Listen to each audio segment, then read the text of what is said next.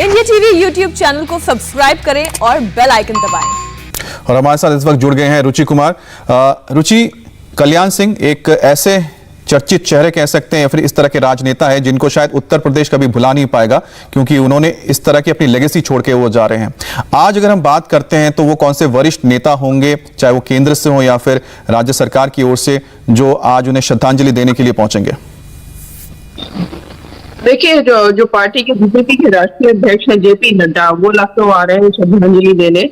और ऐसा कहा जा रहा है कि जिस विशेष विमान से वो फिर पार्थिव शरीर के साथ अलीगढ़ भी जाएंगे और वहां भी अंतिम संस्कार में शामिल होंगे। इसके अलावा केंद्रीय गृह मंत्री अमित शाह, रक्षा मंत्री राजनाथ सिंह, जम्मू कश्मीर के गवर्नर मनोज सिन्हा, मध्य प्रदेश के पूर्व मुख्यमंत्री उमा भारती, बीजेपी के पुराने नेता और पुराने एमपी रहे विनय कटियार, इन सब की लखनऊ आने की संभावना है और वो अपने नेता को श्रद्धांजलि देंगे। और सिर्फ नेता ही नहीं, उनके जो समर्थक थे, जो बीजेपी के कार्यकर्ता हैं, जिन्होंने बहुत सालों से कल्याण सिंह को यूपी की राजनीति में देखा, उनको भी श्रद्धांजलि देने के लिए उनका जो पार्थिव शरीर है, अभी उनके जो आवास है मॉल अवनीता, जहां पर वो 1992 से रहते हैं, इस आवास में, वहां पर उनका पार्थिव शरीर 11 बजे तक रखा जाएगा। उसके बाद विधानसभा ले जाया जाएगा, जहां से 9 बार के विधायक कल्याण सिंह रहे। 9 बार 1967 से लेकर 2004 के बीच में सिर्फ एक बार वो चुनाव हारे और बाकी सारे चुनाव उन्होंने जीते।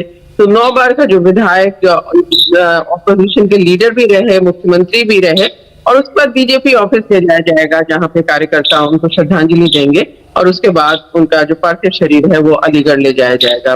अच्छा रुचि, जैसे कि हम जानते हैं कि कल्याण सिंह ना सिर्फ एक मुख्यमंत्री रहे हैं बल्कि बीजेपी के बड़े नेता भी है, लेकिन उनकी एक और पहचान है। एक है राम मंदिर के साथ जिस तरह से वो जुड़े रहे पूरे अभियान के साथ, और दूसरी बात है कि जिस तरह से उन्होंने, हम कह सकते हैं कि गरीब पिछड़ों को भी जिस तरह से उन्होंने अगुवाई की, इसको लेकर आप किस तरह से उनको देखती है या फिर उनके जो पॉलिटिकल करियर को आप बताएंगी?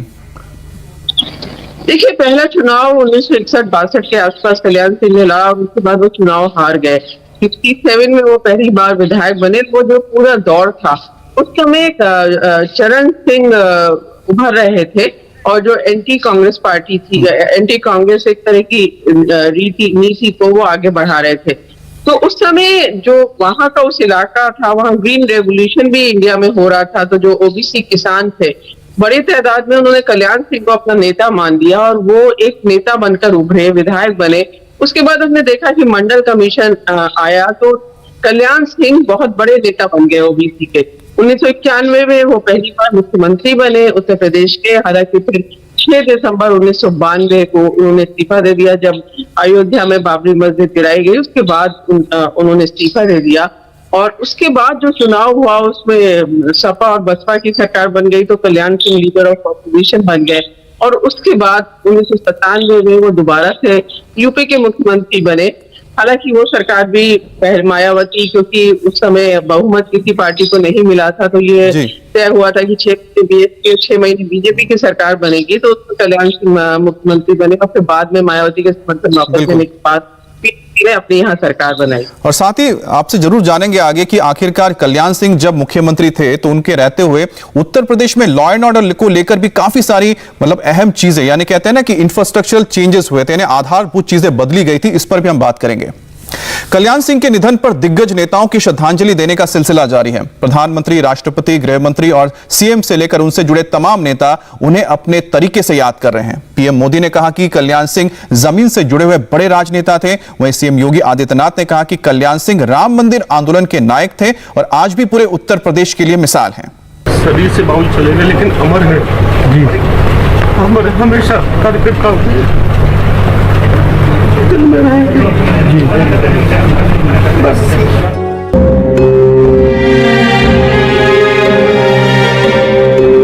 पिता के विछोह में रुंध गया बेटे का गला। इससे बड़ी क्षति और क्या हो सकती है एक बेटे के लिए, जब आंखों के सामने पिता अपनी एक अधूरी ख्वाहिश के साथ दम तोड़ जाए। अयोध्या में जिस राम मंदिर का अभी निर्माण चल रहा है, उस आंदोलन के नायक यही कल्याण सिंह थे और आखिरी सांस तक ख्वाहिश थी अपनी आंखों से एक बार राम मंदिर देख ले, फिर इस दुनिया से विदा लें। लेकिन नियति कौन जानता है भला। पिछले करीब 2 महीने से लखनऊ के पीजीआई में इलाज के दौरान कल रात सांसों की डोर टूट गई। 89 साल के नायक अधूरे सपने के साथ इस दुनिया को अलविदा कह गए। कल्याण सिंह जी पीजीआई में लंबे समय से भर्ती थे। कल्याण सिंह जी का अंतिम संस्कार अलीगढ़ में किया जाएगा। हम इस समय कल्याण सिंह जी के आवास पर मौजूद हैं और यहाँ पर आप देखिए कि किस तरीके से परिवार के लोग जो हैं वो पूरी तरीके से परेशान हैं, गमज़दा हैं, बोलने लायक की स्थिति में नहीं हैं। परिवार की तरह ही प्रधानमंत्री नरेंद्र मोदी ने भी ट्वीट कर लिखा कि उनके पास शब्द नहीं है। प्रधानमंत्री मोदी ने ट्वीट कर लिखा, दुख की इस घड़ी में मेरे पास शब्द नहीं है।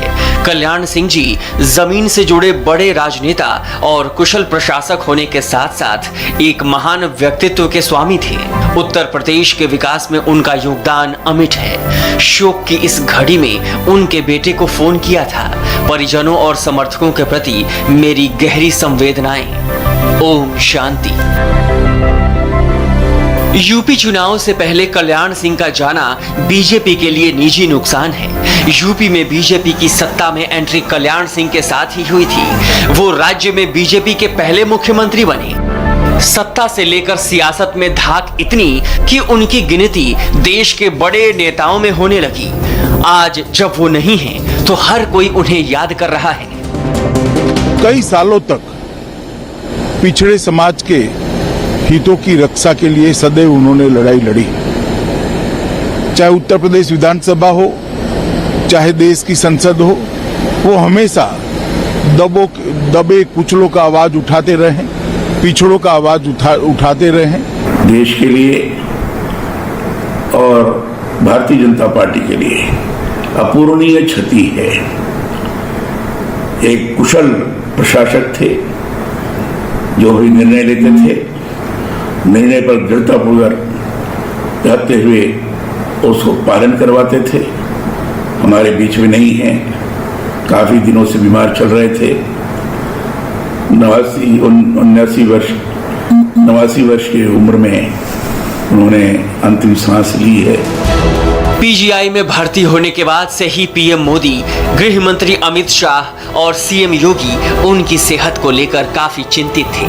यही वजह थी कि ये लोग नियमित तौर पर कल्याण सिंह की सेहत की जानकारी लिया करते थे। सीएम योगी तो 48 दिनों में 6 बार कल्याण सिंह को देखने पीजीआई गए। मुख्यमंत्री योगी आदित्यनाथ हर रोज हालचाल लेते थे। हर दिन वो परिवार के लोगों से बातचीत करते थे। सरकार के राज्य मंत्री हैं संदीप सिंह, जो कि कल्याण सिंह जी के पोते हैं, वो लगातार पीजीआई में थे, लगातार बाबूजी के साथ मौजूद थे। हम लोग जब कभी भी यहाँ मिलने आते थे बाबूजी से, तो संदीप जी से हम लोग की हमेशा मुलाकात होती थी। संदीप जी इस समय हमारे साथ मौजूद हैं।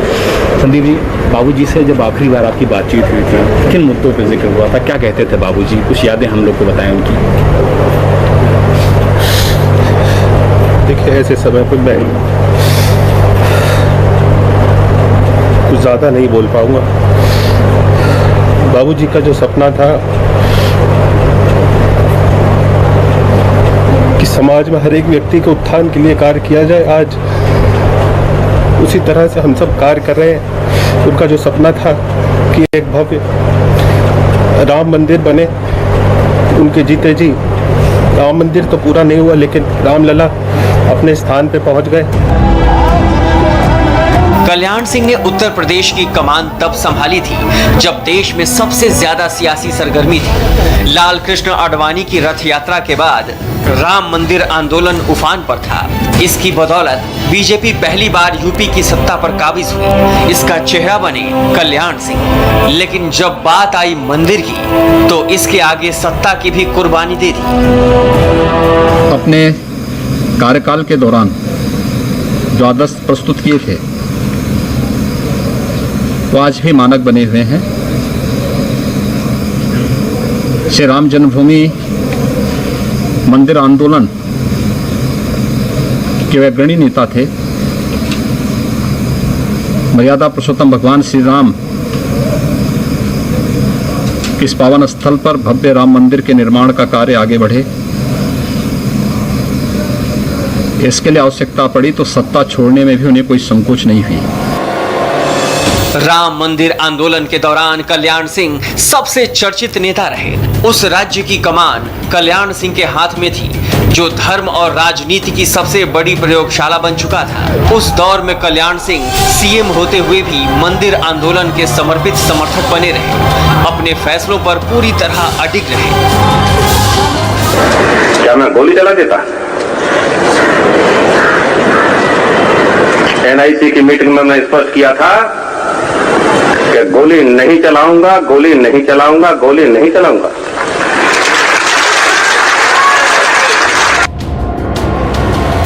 कल्याण सिंह का ये बयान और ये स्टैंड उन दिनों बड़ी चर्चा में था। इसका अंजाम चाहे जो हो, कल्याण सिंह इसके लिए पूरी तरह तैयार थे।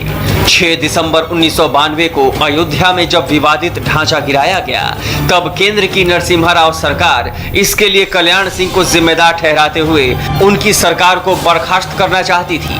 लेकिन उससे पहले ही घटना की नैतिक जिम्मेदारी लेते हुए कल्याण सिंह एक लाइन का इस्तीफा लेकर राजभवन पहुंच गए।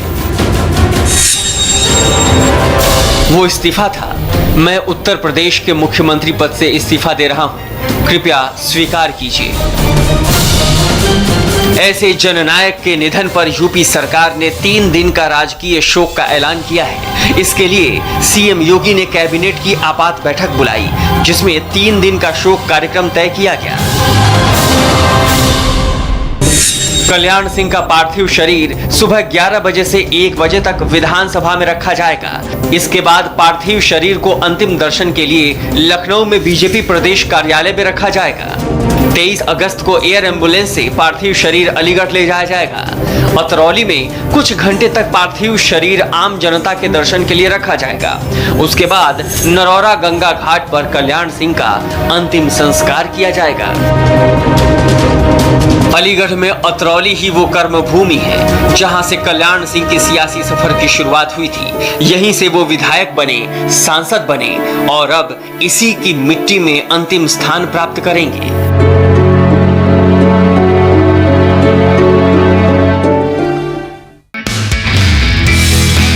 नमस्ते, मैं हूं मीनाक्षी जोशी। वीडियो और खबरों से अपडेट रहने के लिए India TV YouTube channel subscribe करें, बेल आइकन दबाना ना भूलें। जुड़े रहें इंडिया टीवी के साथ।